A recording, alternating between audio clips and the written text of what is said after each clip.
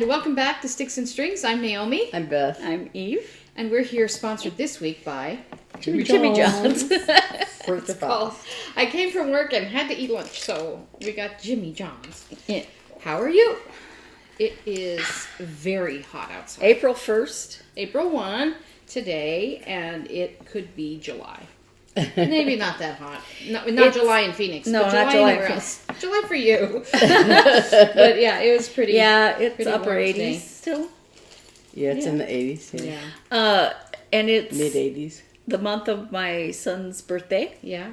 It's April Fool's Day. Because So- he's an April Fool. Well, we have nothing to fool you about. No. Everything is very real here. Although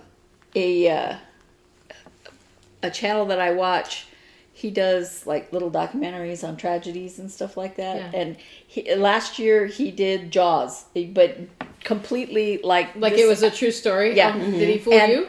No. Oh. And this time he did Jurassic Park. Oh, no. It was so funny. Oh. It says, well, what was it? A bunch of animals. Got loose and people were killed. Yeah. That's He doesn't funny. say anywhere that they were dinosaurs, you know. Yeah. But yeah, it was. Well, by the time you all watch this, it won't be April Fool's anymore. But, No.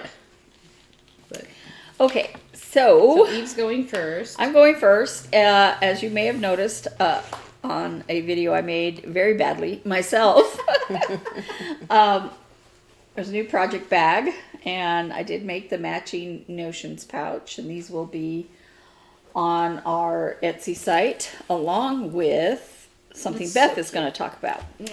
Oh, yeah. And those will be uploaded probably before you watch this. Okay, so what am I talking about? Well, I'm going to start with my berry SAL. SAL is Stitch-a-long.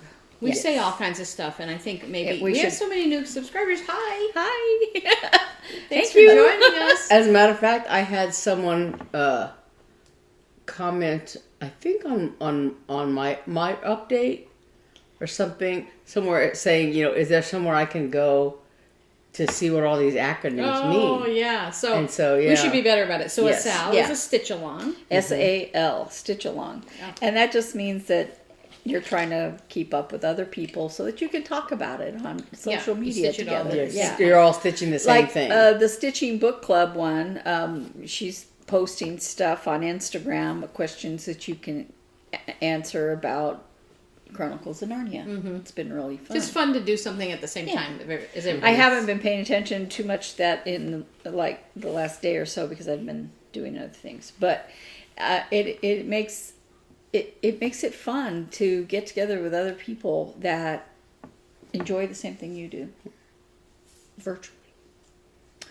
Anyway, so Helen D, her YouTube is Helen D. Her Instagram is East Coast Crafter.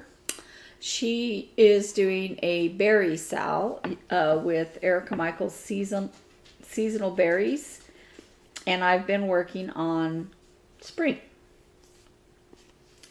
And I have had some challenges. I finished Spring Has Sprung, which is a one color berry. I finished that in February for Winter Cross Stitch Camp.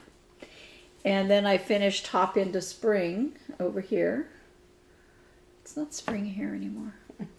Anyway, it is in the morning. Technically, it's spring. It's spring until about 10 o'clock. but by the date, it says it's Yeah. spring. Anyway, I am almost done with Is It Spring Yet? And I'll take a really good picture. But I have been asking my sisters. I've been asking them. Three scissors creative. It's a talisman. I've been asking Dear them what they scissors, what thought shall I do? about this, because the pattern has in this corner right here a little swirly using a color that is not That's a technical term, swirly. It is, but this pattern has a lot of swirlies. using a color that's not used anywhere else. I didn't use it on the other two. I don't know if it was called for or not, but I didn't use it. And I'm like, it's a brownish color, and since I changed the colors and stuff, I don't know that it's going to go with mine. So after talking with them, I'm going to make the swirly the same color as my branches. And it'll be to the bottom left, when you see the picture, it'll be to the bottom left of the words, "Is it spring yet?" And then I will be ready to finish these berries. Now, I have never finished a berry. Oh, I was wondering. But I made that little mouse. I was going to say, wasn't the mouse technically a berry? Berry shape? It's berry shaped. Yeah. And the instructions are different for the mouse than they were for this. And the mouse was very easy, so I don't anticipate any issues. I just need to make sure she provides in the pattern a template that you can do, but it's just 1/2. And so then you have to make the other half and make your own template and make sure it's the correct size for your piece and all that. Well, Helen D has made all of those available, and so I think I'm just going to go to her, with it already opened up. So I think I'm just going to go to her and download her version of these templates, because also she said that the little topper, she said for hers it was just a little on the small side, and she said she likes hers where they come down just a little bit more. And so I watched a Vonna Pfeiffer thing. I watched the Tiny Monitors version and the Vonna Pfeiffer version of making a drum, and that's worth checking out just to double check what your other instructions against her instructions and see which how you might adapt. Well, I watched Helen D's. She did a tutorial on making the berries, and she did a tutorial on making the tops and stuff. I'm pretty confident about that. The only issue is getting the right size template. So rather than making my own, I think I'm going to download that and print that out, and then just double check it on mine. And for those, you're going to use that beautiful felt you got a few weeks ago. Yeah, and that felt is for this. I have not yet purchased the summer felt. I was wondering if you but had. But I will. Yeah. I just thought I haven't even started those. So anyway, that is my berry SAL. Yay! So you're done with all 3 of them. Yes. Nice. That's the not done. I have to make I have to do the swirly. Excuse me. I just moved the table. So No, I mean after that you will have made all 3 of them. yes. Nice. And I'm gonna go ahead and finish the Christmas one that I already finished, and these 3. Get them out of the way. FFO. I'd like to stick them in a FFO means Fully finished object. Yes. or finally finished. Yeah. Depending on how long it's taking you. Okay, so No comment. 2021. I'm like, I have papers here. Where are they? They're right here. So I have been working on Rabbits at the Cafe. Little dog. Ouch. It was one of my WIP-GO projects, 10 days on this, but I am continuing to work on it. And WIP-GO is like Bingo. On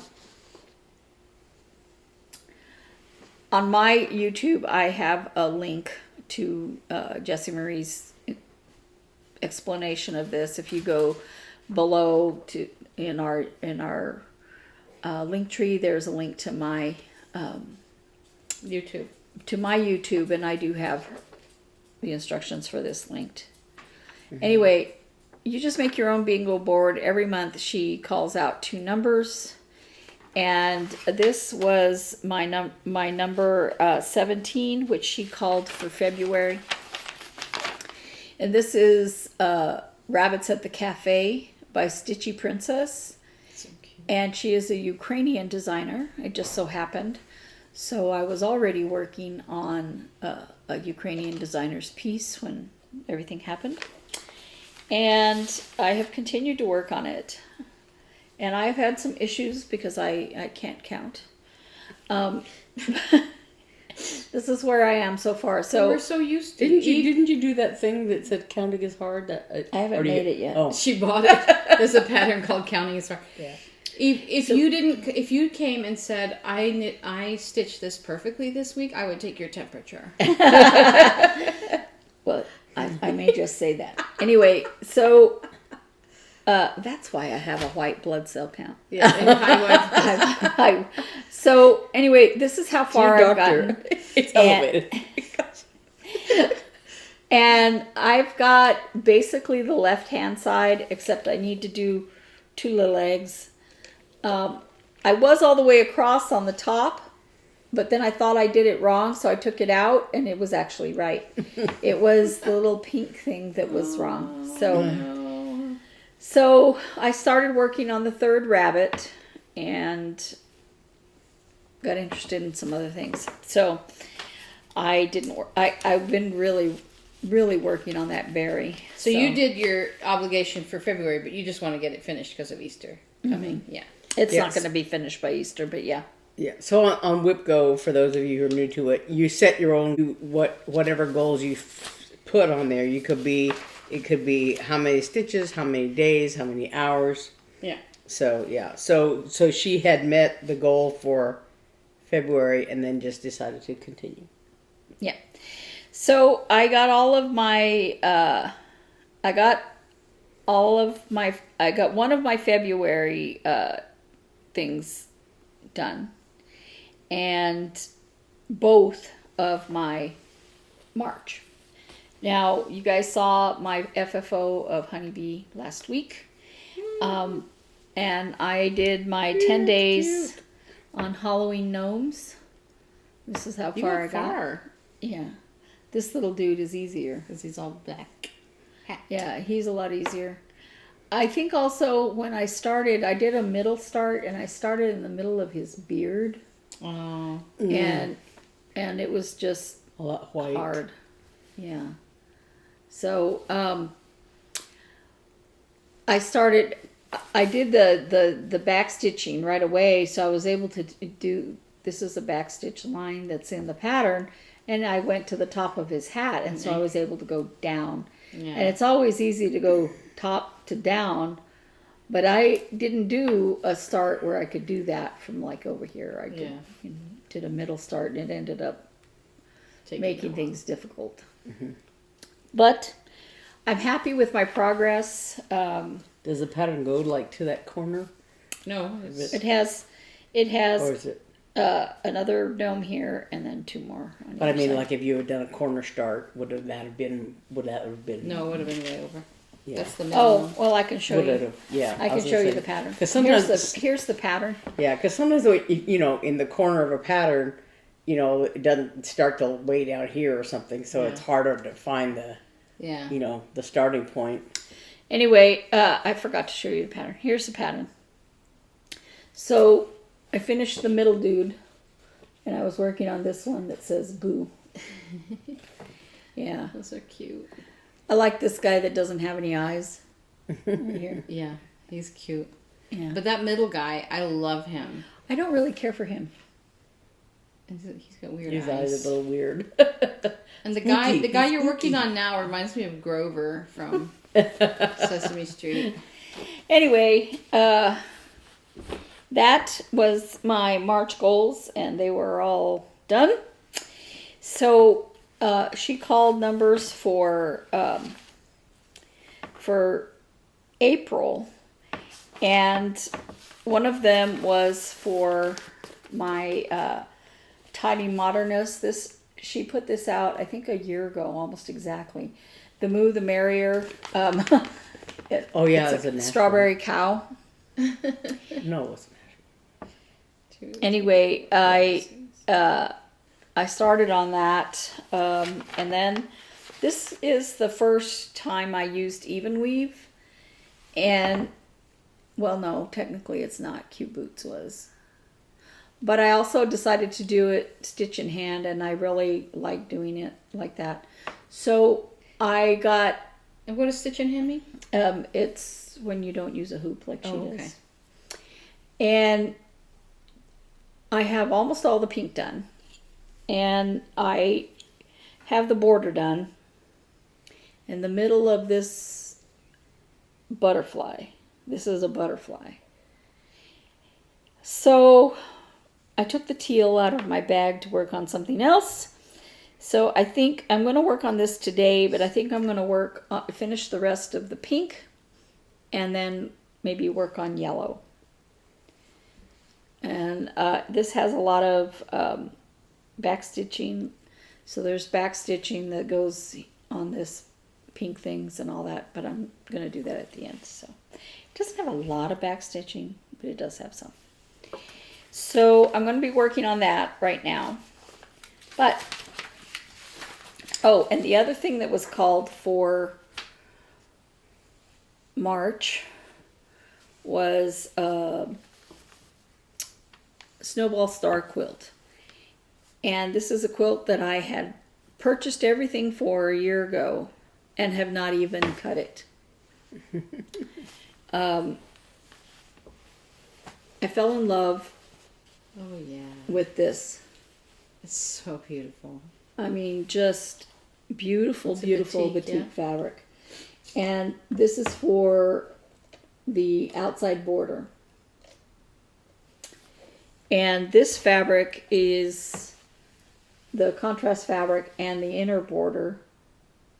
Is it going to be a wide border, like 6 inch? Or? Oh, The no, I inner- mean the outer border. Yeah. And then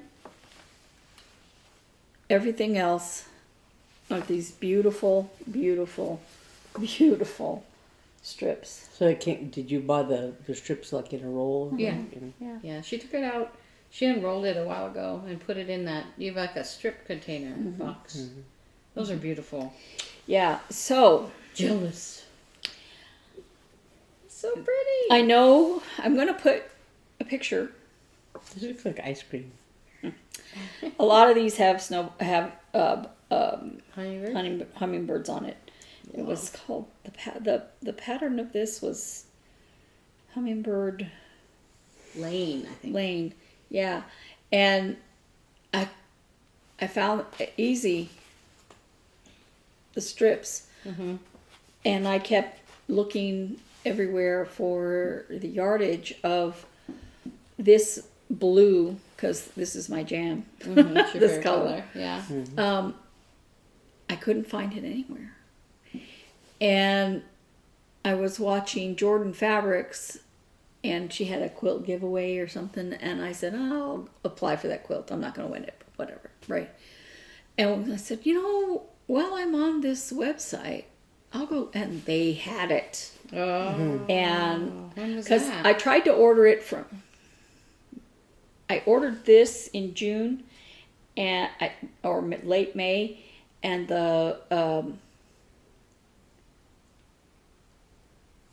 I ordered another one that was similar. I have that here somewhere.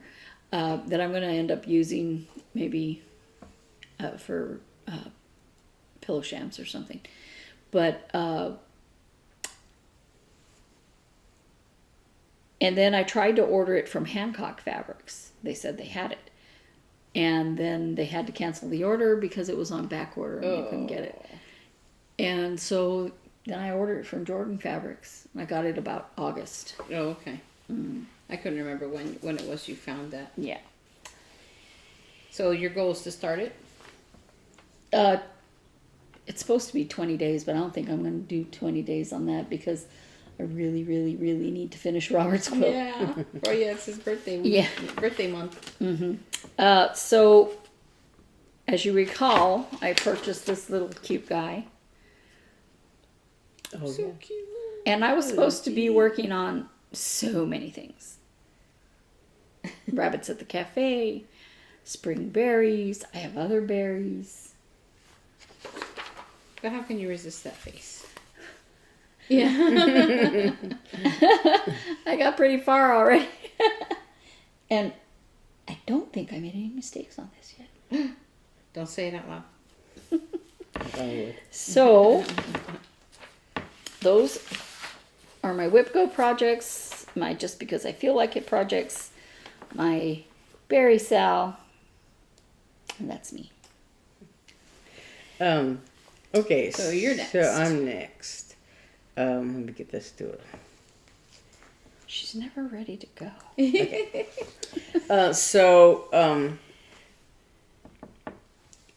Last week I talked about how I had met my March WIP-GO goals, the March Rabbit, and something else. Anyway, I don't know. review last week. But anyway, yeah, I talked to about find that. out. So I was just kind of marking time, and I had thought I was going to work on my two February pieces. That I did February Rabbit. I finished that. I was this close to finishing it last week when we did our video. When we taped our video, but then I finished it like that evening, I think. But so I finished the February one. So my extra goal in April is the April Rabbit, and I talked about that last week. So the WIP-GO goals that I'm working on are this Tiny Modernist part 2 of this SAL. This came out some time ago. I can't remember when, but I finished this first part. I don't know how long ago, and included in the patterns for these are these toppers to make a drum. You can make a drum instead of making them all as one big sampler. And since I really don't have any place to put a giant sampler like that, my intention was to make the drums. I don't know, whatever. So so this is part 1 that I finished. I love that. I think I finished fabric. it in December or October, or I don't remember when. So part 2 will be under here, and I have to like sort of measure this fabric to make sure I'm putting it in the right place. And so as a consequence, or because of that, I watched both the Tiny Modernist and Vanna Pfeiffer's tutorials on making a drum. The Tiny Modernist one uses obviously this pattern, and if you look, there's kind of the pattern that goes on the top of the drum is actually smaller than the drum itself. So the fabric square that you use has to be quite a bit bigger, and it makes kind of a big drum, like this big around, fat and about 3 or 4 inches tall. But I think that between the 2 tutorials that I watched, I could theoretically figure it out. So anyway, so I think I am going to start this second part 2 of the thing of the SAL. So that's my one of my WIP-GO goals. Is that for April? For April, yes. Is this part 2 of this thing. And this is on 28 count. That you dyed yourself. That I dyed myself, yes. That's pretty. Such pretty fabric. And if need be, I have another piece of this fabric. I think, no, I don't. Wait, do I? I don't remember. If I dyed more than one piece of this fabric. Well, 3 of those should. That's huge. There's 4. 4. There's 4. Oh, 4. Yeah. But I think it'll fit. Plus, Yeah, I think. Plus on that, so you've got a big side. Yeah, for the big toppers. side is for the toppers, and theoretically it'll fit. What I didn't think about, and it doesn't matter because I could use any fabric, is the bottom part of the drum, because it has on the tutorial that Tiny Modernist did for these, she has a piece of the fabric, a square for the top, and then another piece of fabric for the bottom, and it's the same, the same basic fabric. But I could use anything on the bottom, so any of the bazillion fabrics that I have. So the other one that was called, I think that one was number, whatever they were they 7 and 10 were the numbers? I think that's number 10. No. Yes, 10 and 7, yeah. So that's my number 10. So number 7 is... So I just have to say this, for all of you out there, if you have works in progress, better known as WIPs, that have been around for years and years, I want you to take heart that there's no way anyone could have had one longer than her. Because this, when did you start this? The year that Eli was born. 1997. What is that, 24 years? 25 yeah. years? Well, actually, the one I had before the Midnight Meow. Oh, yeah, that's older. Was older than this one. But you finished it. Yeah, but I did finish it. So this one, it was a baby sampler that I started, like I said, when Eli was... Before he was born. Yeah, before he was born. The year he was born.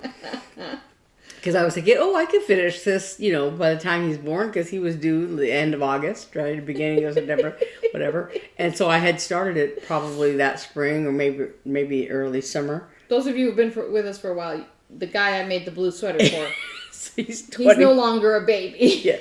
He'll be 25 in August? Yeah. At the end of August. So, yeah. So, He'll be 25? My child will be 25. That's impossible. one of the so I did it has all this alphabet. I did the alphabet. The alphabet needs to just be backstitched, and there's a few different colors that are in here, but and so right now I'm working on the borders, but so this is my WIP-GO number 7. And the goal I put on there is to finish it. Because really all that needs to be done is these borders. Just put it away and save it for a grandchild, a great niece or nephew. But so I I don't have any I still haven't made any decision about the personalization. But the one problem is you could put Jesus' birthday and donate it to the church. It's supposed to go this way. And I oriented it wrong on the fabric, but I think there's enough, there's plenty of to room. finish it. Yeah. It's just that it's one of those things. But so the borders, I've done the inner border, and the outer border I've done like half stitches. So I'm just finishing it up now. So that should be actually pretty easy. I should even be able to do that by the end of the day today or whatever. But and then there's just like a zigzaggy kind of flower. This blue, they're kind of a zigzag through there, and then there's like these little clusters of kind of a flowery figure. I think you should finish it with all the flowers and then give it to him to put in his apartment right now. But I was actually thinking of putting like his name on there and his birth date. And then, like, the date that I finish it or something like that. That would be good. But he would appreciate that. Yeah, so... But then you don't want it to look like a death date or anything. Yeah, no, I don't. Yeah. But yeah, so it's cute. And, it would have been really cute if he was little. Down here in the border, you could put 2022 down here and put his birth date right there without a weight and all that. A weight and length. 5'6". Yeah. 190 pounds. Or whatever he is now. Well, and one of the things, even I went to Joann's. Actually, they were having a big sale. It must have been one of those, too low to print, price sales or whatever. I ignore their emails and texts because they get so many of them. Yeah, me too. Yeah. So we went in there to get. You were looking for quilting thread or something like that? No, well, I was going to look for that too, but I was looking for a particular, just a few. Yeah, DMC threads. They didn't have very many of them. And but they were having because it was 40 cents. 45 cents. Oh, wow. Yeah, it was really low. And one of the things I did when I was going to kick these things up, and this other project that I'm going to show you in a second. One of the things, you know, I was going through my DMC. You know, I have like 5 boxes of DMC colors, all the bobbins, and I even have like a little box, you know, because of some current project I was working on.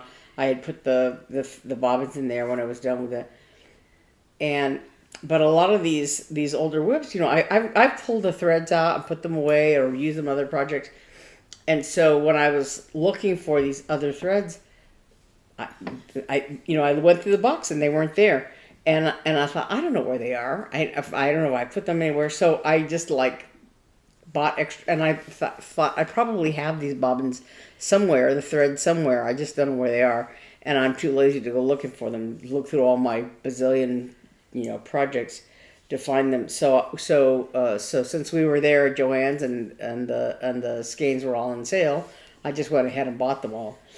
I bought all the colors that I needed for this, and some other ones. So, and then of course I found a couple of them.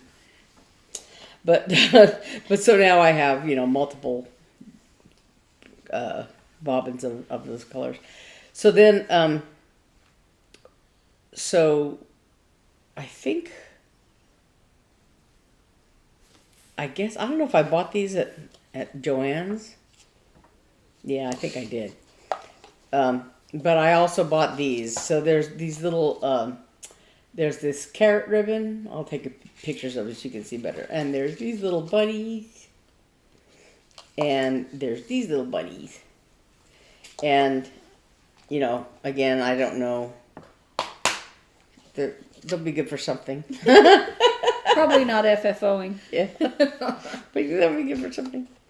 And then we also went to Hobby Lobby. When we were at Joann's, I think I bought this also. This is just DMC Charles Craft Carolina linen. This is 28 count too, but it's just sort of a neutral color. I'm just buying lots of stuff, but Hobby Lobby. yeah. So we went to Hobby Lobby yesterday. Yeah, yesterday. And one of the things that I wanted to get at Hobby Lobby, excuse me, was a corner gauge, because I have a very lovely corner gauge from the attic that I got at Stitch Shenanigans before the pandemic hit, the 2019. That was one of the little pieces of swag they gave us. It was a corner gauge that said the attic on it. I don't know what I did with it. I put it somewhere. I thought, oh, this will be very handy. And then I don't know where it is. It's in a project bag somewhere. Somewhere, I don't know. But so I went ahead and bought, at Hobby Lobby, they have these little corner gauges. And they're very clear. They're hard to see, maybe. But I put it, I'm going to put it somewhere handy. I'm not going to lose it. And I bought another piece of fabric. This is 32 count Belfast linen. I'm thinking I just want to have plenty of options to dye, because I have in May. I think I'm just gonna start a whole bunch of stuff. In addition to my whatever is called for WIP-GO for May. Mm-hmm. I think I'm just gonna start a whole bunch of things and all those things you bought. Yeah, because I have a bazillion patterns that are like, oh, I want to start this. Oh, I want to start this. Oh, I want to start this. And and then I just put them all aside because I'm going, well, I got to work on my WIP-GO and I got to work on this. Says who? Yeah. So so that's why I've never done the whole mania thing where like a new start every day or whatever for the month of May, like some people do. I usually have done other things like a WIP mania where But so I think this year I'm just gonna go crazy and just do a whole bunch of What else do you have to do? So to that end, I bought some dyes. I bought eggplant because I have a purple, but this is an eggplant, so it's a different purple. And I bought rose quartz. I thought you had a thing about pink. Look at her. She bought pink dye. I'll probably People can change. I'll probably mix it with, do Yeah, blotches of it with the eggplant. And I bought this one called Truly Green. Okay. I have like a neon green, an apple green, and some other green. So that Truly Green, we'll see how that looks.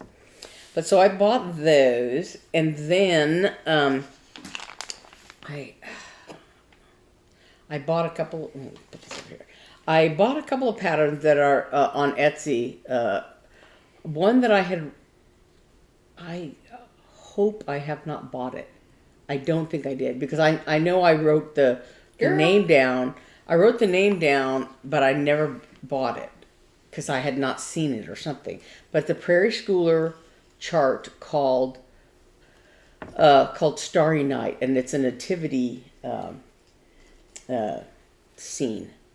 Mm-hmm. So it's actually several little things. Nativity things like the wise men and Joseph and Mary and like that. So I went ahead and bought that, and then something else. It's another Prairie Schooler. You don't have them with you? No, they're coming in the mail. Oh, I see. Hard copies. Oh, okay. It's another Prairie Schooler, Woodland Creatures, I think it's called, but there's squirrels and bunnies is basically what it is. Cute. And it's very cute. And I had never seen it before, so I thought, I'm going to buy that. And then a couple of Stitching with Housewives things. This one just came out. I'd seen she posted on Instagram, she posted a link to it, which is called Egg Basket. And there's a big chicken and some little chicks. So I bought that. And it comes with a bonus chart that I can't show here because it's just a chart. But there's a cow with a chick on its back and a basket of chicks with a basket bunny, of chicks Easter with a bunny on top. Yeah. Oh, cute. Yeah. So it's called Spring Chicks is the bonus chart that came with that. And then I bought this one, Carrots for Sale. It's a little bunny with a truck. That's so cute. Carrots for Sale. Oh, the bunny. The truck says bunny. So I bought those, and the reason I was sitting at my computer to do some damage was that I had been working on this design. I had mentioned, I think I mentioned it on my channel. I don't know. You mentioned it last week.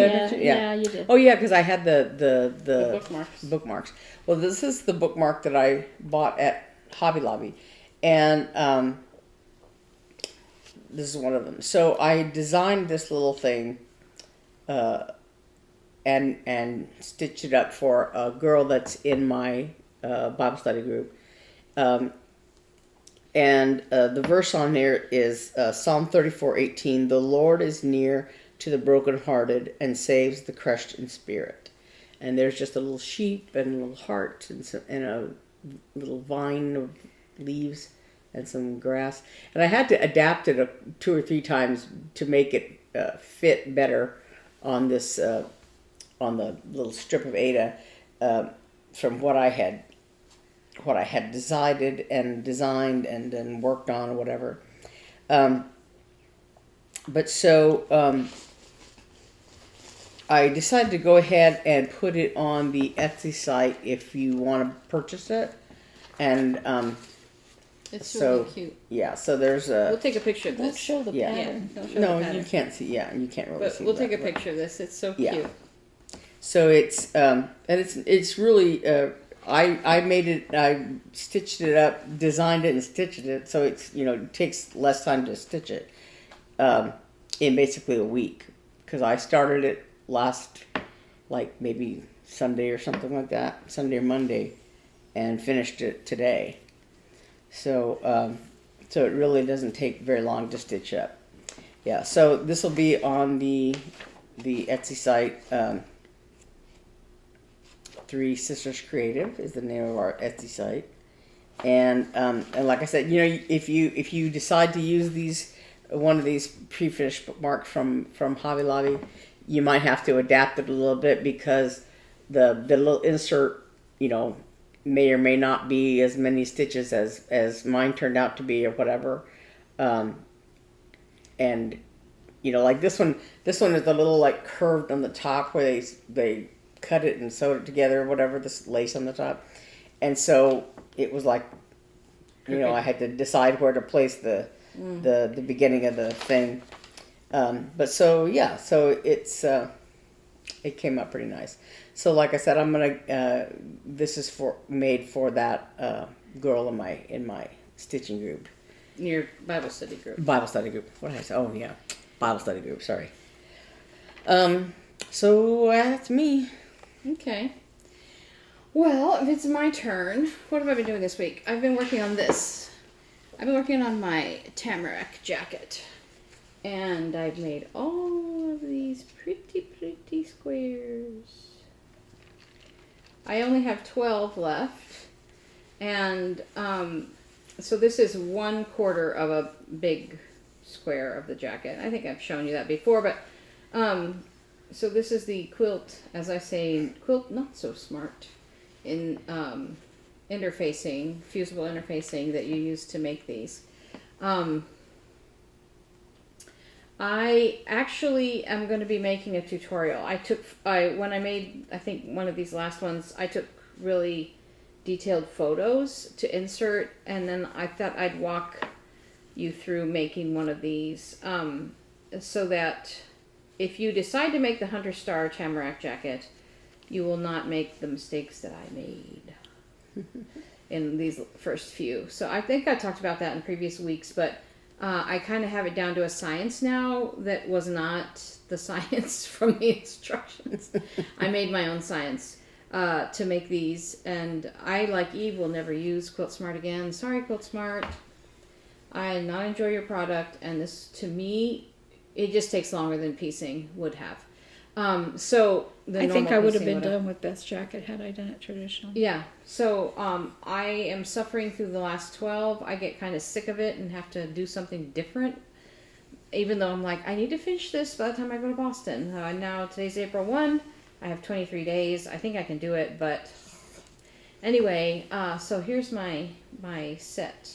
I'm doing them by the dark color, so you'll see like I have all of this dark color together, all of this one together, and then I think I told you I like parsed them out. Like I put all the dark colors and then I separated the light ones.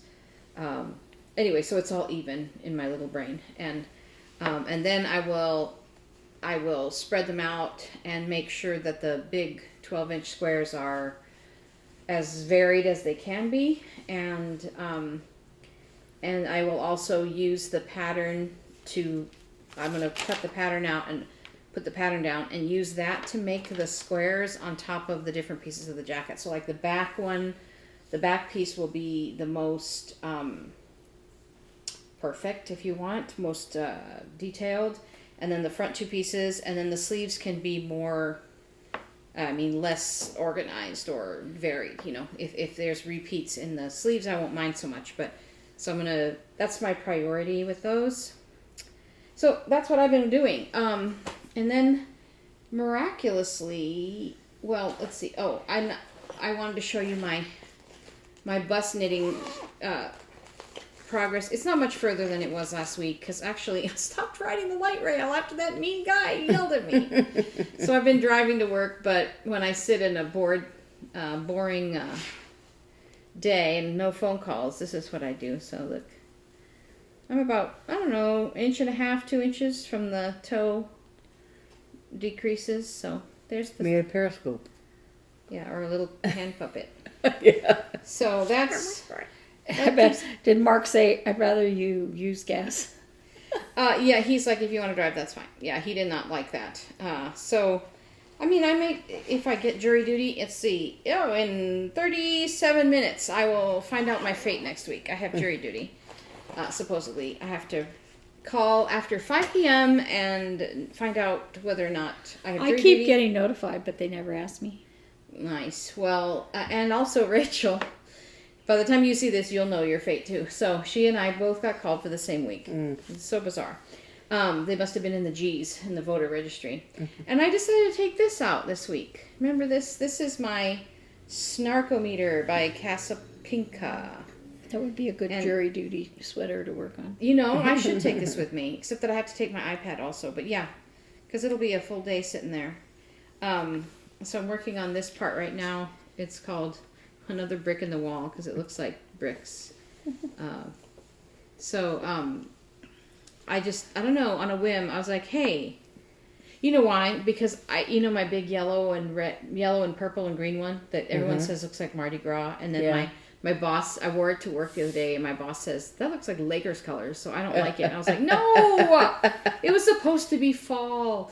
But anyway, my color choices, I like it, but I can only wear it with certain colors. I can only wear it with black or whatever. And this I could wear with a lot more of my coloring of my wardrobe. Yeah. So I'm like, oh, I want that. I wish I had that. And I was like, I wish I had that for Boston because it's going to feel cold to me. It's going to be in the 50s. So I don't think I'm going to get this done by the time I go to Boston, but I can take it with me. Anyway, so I took that out. Is that anything like in Kanto when he says, I wish I could have seen more? And she runs at him and she goes, then see more. But the big thing that happened this week is I got this book. It's called The Sweater Workshop by Jacqueline. Wait, you talked about this when you ordered it, right? Yeah, I talked about it when I ordered it, and I got it. And that's what I started here. I started So what this does, and I started reading it, and I'm so excited. I think I told you about it. You knit a sampler, and the sampler gives you all the techniques that you need to learn to know to make a sweater. And I know a lot of the techniques already, but the sampler goes through basically everything. Here's the funny looking sampler. It looks like a fish. I see. It's got ribbing, it's got stripes, it's got patterning, it's got a sweatshirt pocket, like if you wanted to make a hoodie with a sweat, where your hand for you a could pocket pull for your that hands. over a vase. Well, they say that people use it for all kinds of things, and they said cross-stitch samplers have a place of honor on your wall, but these samplers get confiscated by children to be doll dresses and that kind of. But it's got like a lace collar sample. It's got stripes. It's got a Fair Isle kind of patterning. It's got all different kinds of techniques and ribbing and all this kind of stuff, decreases and increases. Which, like I said, I know how to do a lot of them, but and here's the back of it. It also has you insert right here an afterthought pocket, so you open up your knitting and put a little pocket inside. That's really cool too. And so this is the back, and it has you knit this in the round so that you are used to. And what's really neat is the instructions are like if you have never knitted before, it will tell you everything. It even says, don't twist that, or don't pull that, or pull this tight, or don't It tells you not to knit the tail. I mean, everything. It's really laid out. But the goal of this whole book is then to give you the formula with which you can knit a sweater without a pattern. So it tells you, basically how to get, and you can use any yarn you want, which is attractive to me, because if I'm going to spin my own yarn, it's not necessarily going to be commercial weight. So I can take the yarn that I spin, make a gauge swatch, count the stitches, and say, okay, that's my sort of ratio. And then you apply that with a little math equation to the size of the sweater you want, and then you just knit it. And it tells you, and this one is, so like Eli's sweater and the sweaters I made before go top down. And basically when you're making a top down sweater, sometimes people do neck shaping, but basically you're making actually a rectangle like this. So it's the front, the back, and then two sleeves, and it actually is a rectangle. And then you take the sleeves and hold those stitches, and you join the front sort of trapezoids of the front and back. You join them at the sides, and you knit around and go down. But and then you wind up, you pick up stitches on the sleeve, and you go down this way on both sleeves. But what winds up happening, and what people complain about with that construction of sweater, is that you get extra fabric right here in the armpit because of the way it's shaped. And this construction has you go from the bottom up, so you get to here basically, and you can try it on and make sure it fits, make sure you like the length to your armpits. and then you make sleeves from the cuffs up.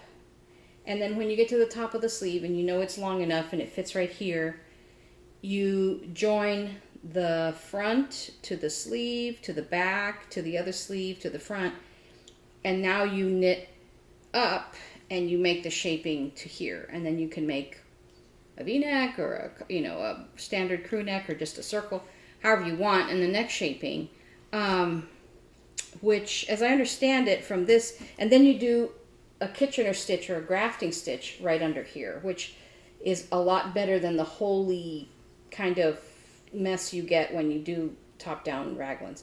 So anyway, I don't know if any of you are knitters, but if you are, you get why I'm so excited. And so I'm going to go through this book, even though I've knit sweaters before, and I'm going to go step 1 all the way through and to see if I can have that concept of creating a sweater with no pattern, which scares me. It's like jumping off a cliff. So I'm kind of excited to do that, and I'm going to be very disciplined and go through it. And then I'm hoping to actually hand this off to Hannah and have her do it, because she started to knit. And, I'm going to put a picture here. She made herself a crochet vest. I saw that. Did you see it? Yeah. She crocheted herself a vest, no pattern. She bought the yarn at a thrift store, that orange yarn, and made herself a vest. So I'm like, you need this, because she hates patterns. She doesn't want to... I mean, you have to pay attention and really be detailed. But I think she would really kind of like being able to just pick up any yarn, make a gauge swatch, decide what she wants to do, and go. And that seems like really her cup of tea. So I'm like, I'm going to do this, and then I'm going to teach you how to do it and see if that won't get her into making her own sweaters and stuff. So I casted it on while I was sitting here. I'm going to use this Cascade yarn that I bought for my master knitting program, which I didn't finish, but I didn't keep going in. But I thought, well, this will be good yarn, and that's what this ball is. But I'm going to make that 2-color sampler in these 2 colors. They're light, so I can see what I'm doing. So that's what I started. And I know, I have 1,000 things to do, but I decided to start that just because this is very exciting. I'm actually really excited. And I think as soon as I go through the sampler and get it done, I'm going to do a bulky yarn sweater, because it'll be fast and I can figure it out. So anyway, that's me. And do we have stories? I have some stories. I have some stories. I've had a pretty boring week. Well, boring's not bad, but boring like my work morning is bad. We're sort of in between concerts, so nobody called. Nobody was there. My boss was gone. My colleagues were gone. I was the only one working until 1. I have and then I was like, story, but there's nothing to do. So it was so sad. What's your story? how I broke my reed. One of the cardinal things about being a reed player is, the care and caution around your reed. And well, if anybody's been with us a while, you remember when I broke my reed on my face. Do you remember? I got a big old cut, remember? And we talked about that. Yeah. And now it's your turn. Yeah. So I just lost a bunch of stitches. I haven't played regularly in a while now, but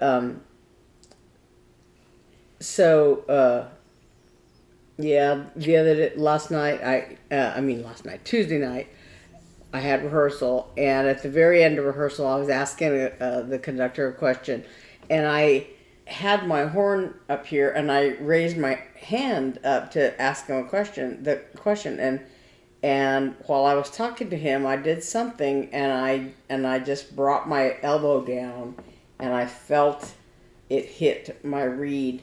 So she plays bassoon, and Yeah. her bassoon, it sits across your lap like this. Yeah, across your body and the like this. vocal comes out toward your face, and that's where the reed is. So it was sticking out. Yeah, I had as it. she went. I had it over here, and I had my arm up, and I hit it with my elbow, and I felt the crunch on the, and I thought, I know I broke my reed. And then she said a bad word. Yes.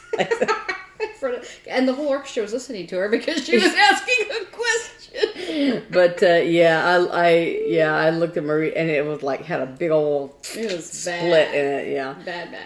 So, and you know, and also one of the cardinal rules is you're really you're supposed to have 2 or 3 good reads because of that very situation, and I don't know if I do or not. So I was you know, it was the end of rehearsal. I'm gonna sit there and see if I had a read that worked. But so yeah. So she's up a But creek.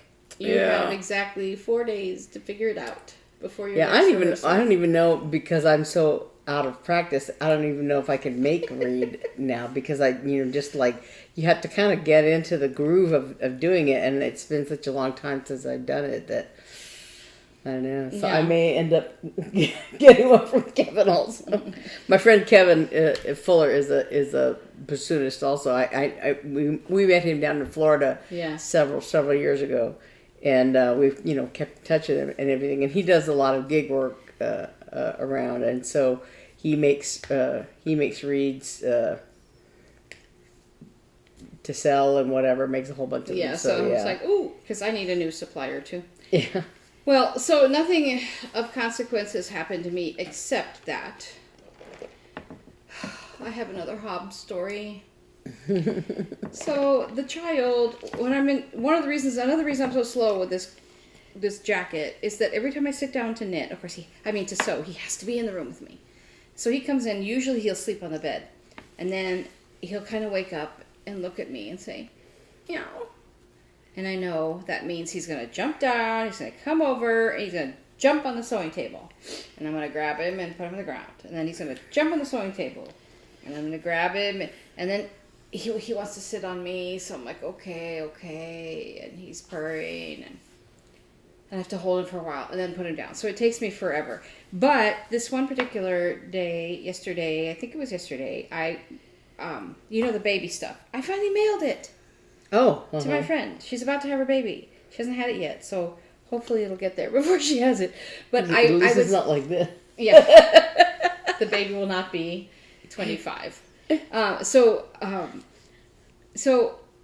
wanted to mail it out, and I decided that I wanted to wash it and dry it, and so I was setting it up in the sink, and I stupidly left the door open, left the cats in there, and he was in the living room, I guess.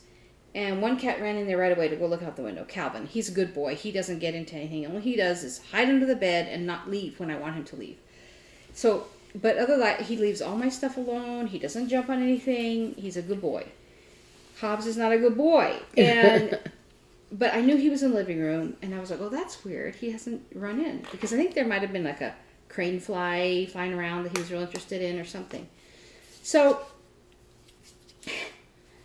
I'm in the bathroom, and I'm washing the little knits for the baby, and I hear, and I'm like, what is that? And I'm drying my hands, and I go running into my sewing room. Okay. What I had done is when I walked into the room, I had my my Hydro Flask, and I had just filled it with water and one of those little flavor packets, and I guess I was drinking it, and I put it on the sewing table like sewing my sewing machine, and has a little added table. I put it there. God forbid you leave your drink out. And it was open. Okay, because I didn't think, and he wasn't in there. But of course, as soon as I'm not around, he does something. So the child had jumped onto the sewing machine and hit the Hydro Flask, and it fell over. Behind my sewing machine is these, the lining fabric, all the little interfacing squares, yarn. Just everything is back there because I'm a mess. And what had happened was when I walked in, it is knocked over. There's a puddle of pink water on the table, and it's leaking down, and there was a plastic bag under the table, and that's what I was hearing, was the water dripping onto the plastic bag under the table. It's a good thing it made noise. Yeah. And it just got a little bit on the lining fabric, not enough to care about, and it really didn't soak. You know what it soaked? What? My Quilt Smart instructions. I was like, goodness. But anyway, so that was the only thing that got wet, fortunately. But I was like, Hobbs! I did make some decisions about the jacket. Ah, okay. I'm going to use the Quilt Smart to finish the top to have enough fabric, you know. And if it's not wide enough, once I do it, I'll just put strips of black here because, Yeah. you know. But Misty Doan did a tutorial on making this wall hanging that would be more manly. I don't know how many men like wall hangings that aren't sports and stuff like that, but I was like, that would look good. Yeah. And she just used 2 colors. But I can use the black for the bulk of it, but she did it in strips, right? And she used 2 honey buns. But I could do strips of the colors that I have on the back. But then she like sews them together, you know, at an angle, you know, like if you're making binding or something. Uh-huh. And they just do it different spots, and then she puts a black row in between. Huh, I'll have to look at it. And I thought that would go. Ah. It would look cool on the arms, and it would look cool on the front, and it would connect with the back. And you wouldn't have to use Quilt Smart. I definitely won't use Quilt Smart. I hope Quilt Smart doesn't come after us, but if they do, know what? I want to tell them what I they think. can come all they want because I can back up what I'm saying. Yep. And I did leave a very nasty comment, review. Oh, If I could have given it 0 stars, I would have given it 0 stars. Because the whole idea of this Quilt Smart is to make it easier for you. And when I was watching the videos, I was like, okay, you know. And I was willing to give it a shot. It reminds me of And I'm like, I saw so a post. awful. I saw a post this morning of a young man. He's an adolescent, but he and his parents are part of this acoustic neuroma group that I'm in, and his mother, I guess, had posted a picture of him wearing a T-shirt and it says brain tumor, and then has like 1 gold star and a whole bunch of other stuff says not recommended. That's funny. you know, my son, when he was young, he was on a swim team. And there was a young man on the swim team who had a spinal condition. They told me what it was, and I don't remember it, honestly. You know, it doesn't matter. So he could walk, but it was very difficult for him. So usually he used a wheelchair. Mm-hmm. And he only got up on his feet when he was going to jump off the blocks. And he actually qualified to go to Special Olympics for swimming. Oh, that's cool. National Special Olympics. Anyway, one day we were at a meet and he rolls up. His parents were fantastic. I loved the guy. He rolls up and he's wearing this white T-shirt, and you know those people that are like stick figures, like on bathrooms and stuff like that. It was a stick figure dude with a wheelchair. And the dude had fallen on his face in front and it just said fail. Oh, no. I was like, okay, that's funny. And I realized that it's not really funny if people in wheelchairs fall, but the shirt was funny. And I probably would have thought it was in poor taste if it wasn't somebody who used a wheelchair wearing it. You're talking about how you heard the bang and the fizz, and it reminded me of when I don't think I had Snug yet. I think it was just Puck, because he did a couple of things like that. He bit he bit the bottom of a 2 liter? of a thing of oil, of motor oil. Oh yeah. I had bought some motor oil for my Yeah, car, I and I remember you had told it. me Yeah, about that. and so on my floor of my apartment. These cats. In Little Rock, there was it was kind of like discolored because I cleaned it up as best as I could, but it had this yellow stain. Ew. You know? But yeah, I had bought some 2 liter bottles for work, for a party at work, and I think it was Puck. You know, they have the little loopy bottoms. You know, he had bit one of the little nubs. You told me it was and I him. heard, Yep.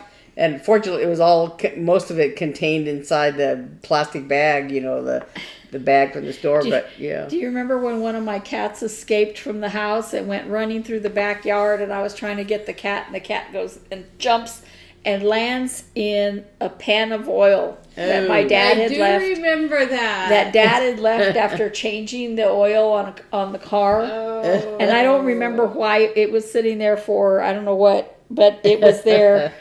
And the cat was gray, brownish gray for the rest of its life. It had a lot of white fur. And yeah, no more. I had a cat, brown my cat fur. Luna. I was holding her in my lap. I had Luna, who was a long-haired white cat, and Kitty, who was a short-haired calico. And I was holding Luna in my lap, and she was on her back. And I was sitting on the floor and cross-legged, and she was in my lap like this. And I was eating cereal. And so her head was under the edge of the table, kind of. And she was looking up, and she reached like this, and she grabbed the edge of the bowl. It was cornflakes. Do you remember that the bowl was shaped like a hat? No. Yeah. And she pulled it down. So she grabbed the edge and pulled it like this, and the milk spilled. And I looked down, and I see her going like this as the milk flowed on her face. And of course, she got milk and cornflakes all over her, and she goes tearing off. And I'm like, wait, because she's dripping milk and cornflakes all over the house.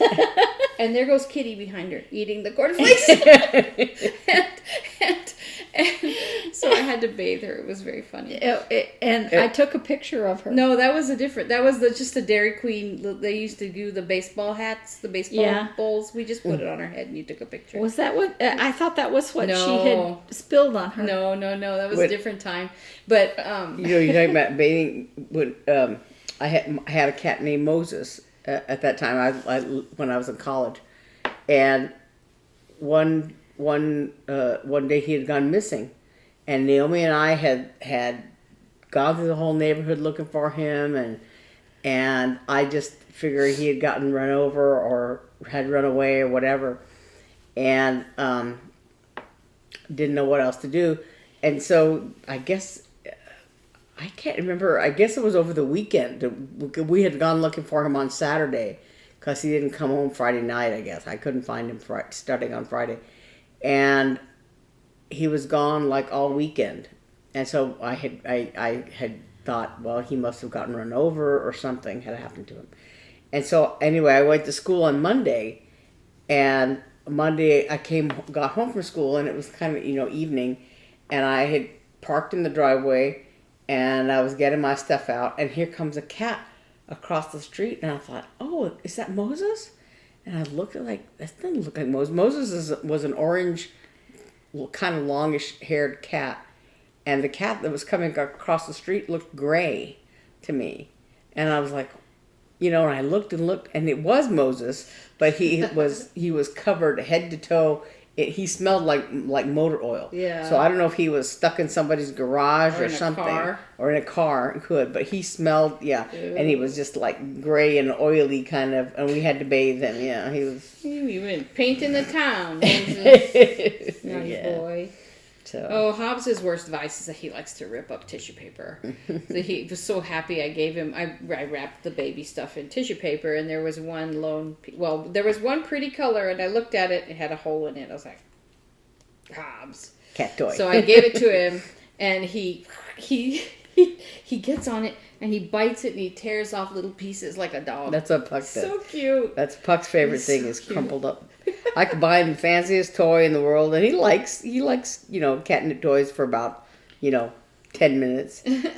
But give him a wadded up napkin or crumpled up piece of paper, he's entertained. Even like those little strips that come off, like where it says bend and tear off a piece of paper, whatever, to open up something. Those little strips, he loves them. He'll right now our toss it around. Our house has pink tissue paper all over the floor. When I got home today, it was like all over. That's what he loves it. It's one of the things I call trash toys for my cats, because my other cat Snug loves Straws, right? Straws and lids, like this kind of plastic especially, is that he'll chew on it and chew on it and chew on it till it's absolutely like flat. The other day, Calvin, who has very few vices, he was on Hannah's bed, and there was it was Eli's bed, and there was a plastic hanger sitting there, and all of a sudden I hear, and I'm like, look over, and he's, the little curve of the shoulder of the hanger, he's, I'm like, why are you cannot possibly be biting that. What are you doing? That's one time I heard some noise, and I like, what is that? I heard like, and it was Snug had gotten a straw, and it was absolutely flat because he had bitten it and chewed on it, and so he was just like grabbing one end with his teeth and like pulling his head, like this along the straw. Oh my gosh! So the worst cat story I have maybe it's not the worst, but it's the one that comes to mind right now. Pippin, may he rest in peace. When Hannah was a baby, so Hannah is almost 21, and so she was probably 2-ish. So we were still at the Redfield house. She had one of those pull toys with the little telephone that the eyes went like this when you pulled it. And it had a string on it, which was like a shoestring, which was round. It was that round knit, and it had an aglet at the end. Yeah. But it was soft, right? All of a sudden, to everyone's shock, Pippin goes tearing through the house, and behind him is... Now, okay, Pippin, as a preface, Pippin would eat anything that was string. He was not picky like Hobbs. Hobbs only likes real wool. But Pippin would eat, to his detriment, anything shaped like this. A string, a shoelace, a fringe, a thread, a yarn, anything. So that's probably why this happened to him. But he goes running through the house, and behind him goes the telephone. And I cannot understand what I'm looking at. And he is terrified. And he runs the length of the house up onto the couch, and here goes the telephone with him. And I'm like, how is that attached to him? And I can't catch him, and he's so freaked out. And finally, he runs past me, and I tackle him. You know how you have to do when you're trying to catch a cat. And I grab him, and I look, and he had the string of the shoelace pull was stuck on his canine tooth was through it completely. So he pulled that heavy telephone toy with just one tooth through the house. And when I grabbed him and was able to pull it off, he smelled like a skunk. Have you ever had a cat that scared? Yes. Like when they get really scared, they expel all their musky smells. And he smelled like a skunk. And I was like, oh, what's wrong with you? That's the first time I'd ever experienced that. And I thought, I'm going to have to bathe him, but then he was fine after that. But he was so scared. That's how Puck gets at the vet's office. Yeah. He doesn't get scared of. He is not afraid of anything. He will beat the crap out of you. He's so mean and ornery. But he must have been really hurt. Yeah, he gets terrified, and he didn't used to be when he was a kitten, and he was they found him outside. Yeah. He didn't mind that vet at all. Yeah. But I think it was when he got fixed. I think they may have, maybe he wasn't put under all the way or something. That's what Dr. Rager said about Amiga. Mm-hmm. Amiga had to have been the sweetest dog that I've ever owned. She was truly sweet. She's a big dog, but she was just a very, very sweet dog. And she hated vets. She had the full-on panic at the vets. She hated vets. And they would have to muzzle her. If I took her to the vet for anything, she would have to be muzzled because she would be all nice to the techs and everything, and she would come in okay. And they could be dressed exactly the same as the techs, but she seemed to know. The second the vet would come in, her whole demeanor would change. And we had adopted her from the pound, you know. Yeah. And she was happy and sweet and everything while we were choosing. And when I went to get her the next day, they had fixed her in between. And I went to get her the next day, and she wouldn't come out of the back of the kennel. Poor thing. And she was terrified. And you know what? Whenever I took her like to doggy daycare or something like that, here in Phoenix, you can't really leave the pets outside during the day. If it's a certain time of year. So I was visiting, so I didn't have any place really to keep her. So I took her to doggy daycare. I don't remember why. But anyway, a couple of times I did. But I had to tell them, don't reach into the kennel. Just open the door and let her come out. Mm-hmm. Do not reach into the kennel because she would be aggressive then too. And so toward the end of her life, she was having issues. And I made an appointment with the vet to put her to sleep. And it was just text and everything, and it was fine. And she was laying on the floor with us, and we were there with her, but she was muzzled. After she had had the injections, they said, go ahead and take the muzzle off. Let her be with you guys. But the vet was there. Oh. And as the vet was backing up, she lunged for him. Oh. Like, I never got a chance to bite one, but I'm going to do it right now. Oh. And Robert stepped in between to protect the vet, and he bit Robert pretty severely on the thigh. Oh. But then we just stayed with her and held her. And then, after we were done there, I drove my son to urgent care because he had a dog bite. Oh, no. Yeah, but, you know, Dr. Rager said that he believed that that they do all these, they do so many of these spay, neuter things like in the pound or whatever. And he says sometimes unscrupulous vets, I'm not saying yours was, Beth, use less anesthesia to make more profit off of the city when they're doing that. Well, they just get through, and they don't want to put them too far under. It's fast, and assembly line. And, yeah. And I just, it breaks my heart. You know, I had a cat spayed at a one of those where you take them in the morning and you pick them up in the afternoon. Real quick, cheap kind of spay neuter things. And they gave her to me with no bandage, nothing. I was supposed to make one out of a sock. Yeah. And she was all like this. I picked her up. Yeah.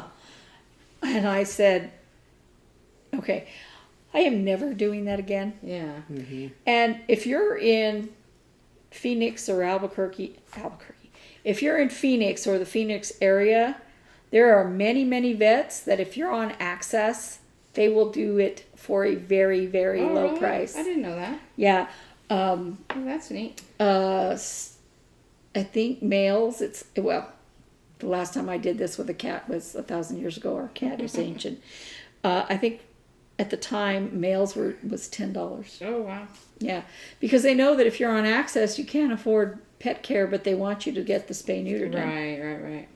Mm-hmm. Yeah. So. Yeah. So, you know, like I said, you know, Puck is you know, fearless and and actually very outgoing, but he absolutely hates the vet. Yeah. He gets terrified, you know. And Snug is kind of like, you know, like most cats, kind of bug-eyed and like, what's going on? But he doesn't freak out the way. Well, you know. Calvin had, you know, as a young kitten, had a lot of problems with his tail. He had an infection in his tail. He had I guess a maggot laid eggs and a sore in his tail, and it was really, really bad. So we were at the vet every other day, practically, felt like. And to the point where if I picked him up, he would, because Mom's going to put me in a kennel. And we are just now at the point where I can pick him up and he purrs and he lets me hold him for short amounts of time. And I can walk now out of Hannah's room all the way into the living room and put him on the couch. So we've just been practicing. But one of these days, what they're due for their shots, and I'm like, I'm going to ruin it again. But I told Mark, we're going to have to do it first thing in the morning, and you're going to have to help me put him in the kennel because it's going to be a nightmare.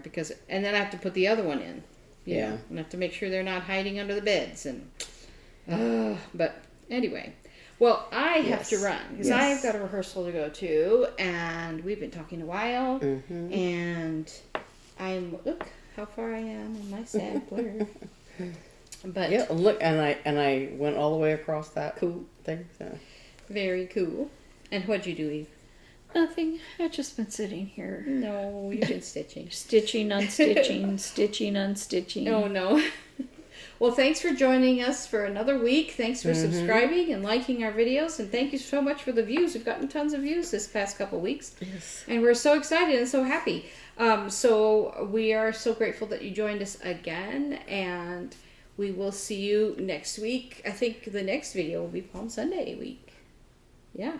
Yeah, I think so. Yeah.